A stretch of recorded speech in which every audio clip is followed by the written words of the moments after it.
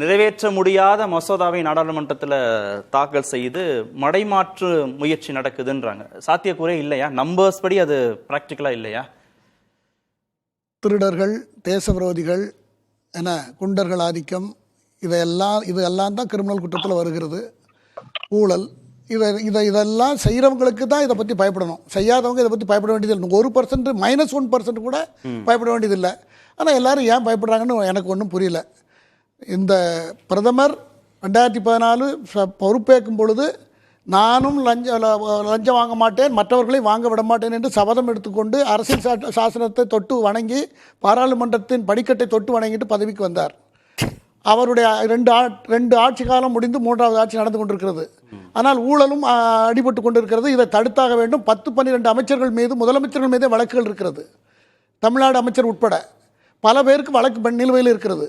ஆனால் செந்தில் பாலாஜி வழக்கெல்லாம் நீங்கள் பார்த்தீங்கன்னா 1 வருஷம் அவர் ஜெயிலில் இருந்தார், சம்பளம் கொடுத்துக்கிட்டு இருந்தோம். அங்கே இருக்கிற சிறை அதிகாரி அவருக்கு சல்யூட் அடிக்கணும், அவர் ஏன்னா மந்திரியாச்சே.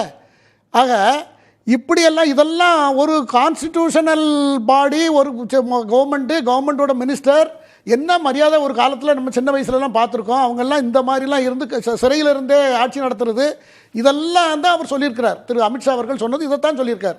அப்போ இப்பேற்பட்ட இதை தடுக்கணுங்கிறது யாருக்குமே அந்த எண்ணம், அந்த நல்லபடி, அதாவது நல்ல கண்ணாடியை போட்டு நல்ல விதமாக பார்த்தா பிரதமரும் என்னை சேர்த்துக்குங்கன்னு சொல்லியிருக்கார். நாளைக்கு பிரதமர் தான் காலம்பூரா இருக்க போகிறாரா? இதே பிரதமர் தான் ஆட்சியில் இருப்பார்னு எப்படி சொல்ல முடியும்? நாளைக்கு ஆட்சி மாறினா காங்கிரஸ் வரப்போகுது, திமுகவே பிரதமராக கூட வரலாம், நம்ம முதலமைச்சர் கூட பிரதமராக வரலாம். வந்த அன்னைக்கு இதே சட்டம் தான் இருக்க போகிறது. அன்றைக்கி அவர் தப்பு பண்ணியிருந்தால் அவருக்கு உள்ள வைங்க, இதான சட்டம் சொல்கிறது. இதுக்கு ஏன் இப்படி கொதிச்செழணும்? இதுக்கு எதுக்கு இவங்க ஜேபிசிக்கு போயிருக்கு சார். தவறு செய்பவர்கள் மீது கடுமையாக நடவடிக்கை எடுக்கப்படணும். அவங்க மக்கள் பிரதிநிதிகளாக தேர்வாகி முதலமைச்சர், அமைச்சர்கள் போன்ற முக்கிய பொறுப்புகள் இருக்கக்கூடாதுங்கிறதுக்கு இந்த சட்டம் உதவி செஞ்சா பரவாயில்ல. எதிர்க்கட்சிகளுடைய அச்சம் என்னன்னா, நமக்கு பிடிக்காத ஒருத்தர் முதல்வராக இருக்கிறார், நமக்கு பிடிக்காத ஒருத்தர் அமைச்சராக இருக்கிறார் அப்படின்னு மத்திய அரசு நினைச்சா அவங்க மேல ஒரு பொய் புகாரை சுமத்தி அவங்கள பதவி நீக்கம் செய்து விட முடியும் அப்படின்னு தான் அவங்க அச்சப்படுறாங்க. எல்லா மாநில முதலமைச்சர்களும் எல்லா மத்திய அமைச்சர்களும் அப்படித்தானே நினைக்கணும். எல்லா கவர்மெண்ட் இன்னைக்கு பிஜேபி அரசு இருக்கிறது, பிரதமர் மோடி தலைமையிலான அரசு இருக்கிறது. நாளைக்கு இன்னொரு அரசு வருது, ராகுல் காந்தியே வராரு, பிரைம் மினிஸ்டர் வராரு, அல்லது ஸ்டாலின் அவர்கள் வராரு எங்களை பிரைம் மினிஸ்டரா. அன்னைக்கு இதே சட்டம் தான் இருக்க போகுது. இல்ல சார், மணிஷ் சிசோடியா கைது செய்யப்பட்டார், 2 ஆண்டுகள் சிறையில் இருந்தார். என்ன நடந்தது? அதான் சொன்ன அப்படியெல்லாம் இருக்கக்கூடாதுன்னு தான். நான் அப்படியெல்லாம் இருக்கக்கூடாது. சிறையில் இருந்துக்கிட்டு ஒரு மினிஸ்டர், ஒரு கவர்மெண்ட்டு, மக்களால் தேர்ந்தெடுக்கப்பட்ட ஒரு அரசு, அந்த அரசுக்கு ஒரு மரியாதை இருக்கிறது. அதை அதுக்கு அந்த மரியாதையை முதல்ல காப்பாற்றப்படணும். நம்மளை மேலை நாட்டுகளில் நம்மளால மதிக்கணும், மற்றவங்க மதிக்கணும். இவ்வளவு 2 ஆண்டுகள் சிறையில் இருக்கக்கூடியவர் தொடர்பான குற்றப்பத்திரிகையை ஆதாரங்களோடு சமர்ப்பிக்கிறதுல எந்த சிக்கலும் இல்லை. அதை பத்தி நம்ம பேச வேண்டியது இல்லை. அதை பற்றி பேச வேண்டியது இல்லை சார். இது 30 நாள், 5 வருஷம் குற்றம், 30 நாள். அது 30 நாளைக்குள்ள அவர் பெயிலில் போனாருனாக்கா, பெயிலில் வந்துட்டாருனாக்கா அவருக்கு அதுவே ஜோடிக்கப்பட்டதாக இருந்தா என்ன செய்யறது? இல்லை, இதுல இன்னும் சில குறைகள்லாம் இருக்கிறது. அதை நான் சொல்லதுக்கு தயாரா இருக்கேன். ஏன்னா ஜேபிசிக்கு போயிருக்கு. இந்த 30 நாளில் மேல்முறையீடுக்கு போகுதுன்னு வைங்க. இந்த 30 நாளுங்கிறது நம்ம ஊரில் ஃபஸ்ட்டில் ரிமாண்ட் பண்ண உடனே ஒரு 2 வாரம், 1 வாரமோ 10 நாளோ கஸ்டடி எடுத்து விசாரிக்கணுங்கிற நிலைமை வருதுன்னு வச்சுக்கோங்க. அதில் 1 வாரம் போயிடும். அதுக்கப்புறம் விசாரணை முடிச்சு அப்புறம் பெயில் மூவ் பண்ணுவாங்க. அது 10-10 நாள் போயிடும். அந்த ஃபஸ்ட்டு பெயிலில் விட்டுட்டாங்கன்னா அடுத்தால ஒரு குறிப்பிட்ட டைமுக்கு பிறகு தான் திரும்ப பெயில் மூவ் பண்ண முடியும். இந்த மாதிரி ஒரு சூழல் வருதுன்னு வச்சுக்கோங்க. அப்போது ஒருவேளை மேல்முறையீடு ஹைகோர்ட்டில் கிடைக்கல, சுப்ரீம் கோர்ட்டுக்கிட்ட டீல் பண்ண, அது அந்த 30 நாளில் இருந்ததுன்னா அது என்ன செய்யறதுங்கிறத ஜேபிசி ஏதாவது அவங்க அதுக்கு பாயிண்ட்ஸை கொடுப்பாங்க. ஒன்று கால நீடிப்பு பண்ணுவாங்க, அல்லது வேற ஏதாவது பாயிண்ட்ஸ் சேர்ப்பாங்க. இது எதனால் இந்த தேவை வருது அப்படின்னா, ஜுடிஷியரியில் ரொம்ப தூக்கம் கொரட்டை விட்டு தூங்குறாங்க. ஒவ்வொரு வழக்கும் 40 வருஷம் இல்லங்க, தவறான 40 வருஷம் யாரும் கொரட்டை விட்டுங்கள, தவறான கருத்துக்களை நீதிமன்றங்களை பத்தி இப்படி பொறுப்பு இல்லாம பேசாதீங்க. எந்த வழக்கு 40 வருஷமா இருக்கு? தவறான வழக்கு எந்த வழக்கும் கிடையாது. நீங்க பொறுப்பு இல்லாம பேசாதீங்க. நீதிமன்றம் குறித்து கண்ணியமான வார்த்தைகள் பொறுப்பற்ற தன்மையில என்ன உண்மையை பாத்தீங்க? என்ன உண்மையை பாத்தீங்க? சரி, சரவணன், ஒரே நிமிஷம் சரவணன். நீதிமன்றங்களை பத்தி என்ன தெரியும் உங்களுக்கு? சரவணன், ஒரே நிமிஷம்.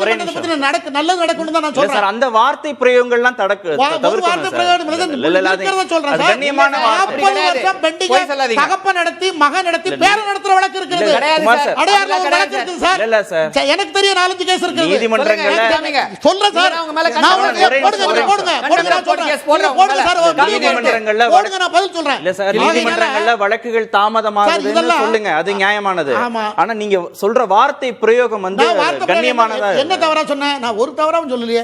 நீதிமன்றத்துல வழக்கு விசாரணை ட்ரையல் கோர்ட்ல இருக்கு. எனக்கே ஒரு 25 வருஷம் வழக்கு இருக்கு சார். என் சொந்த வழக்கு 25 வருஷம் நீங்க இழுத்திருப்பீங்க அந்த வழக்க. நான் யாரு? அலிசா போலீஸ் நாங்க நீங்க இழுத்திருப்பீங்க அந்த சரி, வழக்க. ஓகே, அவர் முடிக்கட்டும். ஆகையினால நான் என்ன சொல்ல வரேன்னா, இது உடனே இதனால தான் இந்த கொஸ்டின்லாம் வருது. இந்த கொஸ்டினால தான் இந்த நான் இன்னும் சொன்னா representation of peoples act section 8 and 9 amendment பண்ணணும்னு நான் ரொம்ப நாளா 30 வருஷமா சொல்லிட்டு இருக்கேன். கேஸும் போட்டேன் சுப்ரீம் கோர்ட்ல. ஏன்னா குற்ற பின்னணி உள்ளவர்களே அலோ பண்ண விடக்கூடாது, குற்ற பின்னணி இருந்தாலே விடக்கூடாது, சந்தேகம் இருந்தாலே விடக்கூடாது. 140 கோடி மக்கள்ல அதை நீங்களே செய்வீர்கள் நாடாளுமன்றத்துல நாங்க எதிர்பார்க்கிறோம்னு உச்சநீதிமன்றம் சொன்னுச்சு. இது வரைக்கும் நடக்கல. இது முதல் ஸ்டெப். அடுத்தால ஒண்ணு நடக்கணும். நாம அதை நோக்கி தான் பயணிக்கணும். எந்த கட்சியா வேணாலும் இருக்கலாம். சரி, இந்த சட்டத்தை, இந்த மசோதாவையே எம்பிக்கள் எம்எல்ஏக்களையும் உள்ளடக்கியதாக கொண்டு வந்திருந்தா இன்னும் நல்லா இருந்திருக்கும்ல. ஒருவேளை அடுத்தால இது இப்ப 12 பேர் மேல வழக்கு இருக்கு சார். இந்தியாவில் 12 முதலமைச்சர் மேல வழக்கு, ஒவ்வொருத்தர் மேல 30-40. சந்திரபாபு நாயுடு மேல 18 வழக்கு இருக்கு. எல்லாமே எதிர்க்கட்சியை சேர்ந்த. சந்திரபாபு நாயுடு இருக்காரு. சந்திரபாபு நாயுடு எதிர்க்கட்சி இல்லையே, அவர் மேலே வழக்கு இருக்கிறது. அதனாலதான் பிரதமர் என்னையும் சேர்த்துங்கன்னு சொல்லியிருக்காரு, அவரையும் சேர்க்க சொல்லியிருக்காரு. பிரதமர் போஸ்டையும் சேருங்க. எனக்கு வாஜ்பாய் காலத்தில் விவாதிக்கப்பட்டது. வாஜ்பாய் இதே வார்த்தையை சொன்னாரா, நான் அன்னைக்கு சேர்க்கல. இப்போ அதை சேர்த்து இன்சர்ட் பண்ணி எல்லாருக்கும் தான் மழை பெய்தா, எல்லாருக்கும் நல்லவன் கெட்டவன் எல்லாத்துக்கும் தான் மழை. நம்ம நாட்டுக்கு நல்லது நடக்காங்கிறத பாருங்க. கட்சியை பார்க்காதீங்க. நாட்டுக்கு ஒரு நம்மளுடைய மந்திரி, நம்முடைய முதலமைச்சர் நாம தேர்ந்தெடுத்து நமக்கு நல்லது செய்ய போறாங்கன்னு நினைச்சு ஒரு கவர்மெண்ட் நிறுவனம் அதுவே குற்றவாளியா இருந்து ஜெயிலில் இருந்து வழக்கு நடத்திட்டு இருந்தா அது எவ்வளவு அசிங்கமானது. அதையே நீங்க அப்படி பார்க்க மாட்டேன்றீங்க. இல்ல, எதிர்க்கட்சியை சேர்ந்த முதல்வர்கள் அமைச்சர்கள் மட்டுமே சிறைக்கு போறாங்க. சந்திரபாபு நாயுடு சொல்லியிருக்கேன் சார். அவர் சிறையில் இல்ல சிறையில் இல்ல, அவர் வழக்கு இருக்குன்னா எல்லாருக்கும் வழக்கு இருக்குன்னு சொல்றனால அவருக்கு வழக்கு இருக்குன்னு சொல்றாங்க. நாளைக்கு அவருக்கு வழக்கு வந்தா அவருக்கு கவர் ஆயிருவாரு. இப்போ அவர் கூட்டணிக்கு சப்போர்ட் பண்ணிருக்காருல, இந்த இடைப்பட்ட காலத்துல அந்த வழக்கு தீவிரப்படுத்தப்பட்டு நடந்து முடிஞ்சிருச்சா? சந்திரபாபு நாயுடுக்கு எதிரான நிலுவையில இருக்கு. நிலுவையில இருக்கு. நிலுவையில இருக்கு. நடக்கல. நிலுவையில இருக்கு. சரி, ஓகே.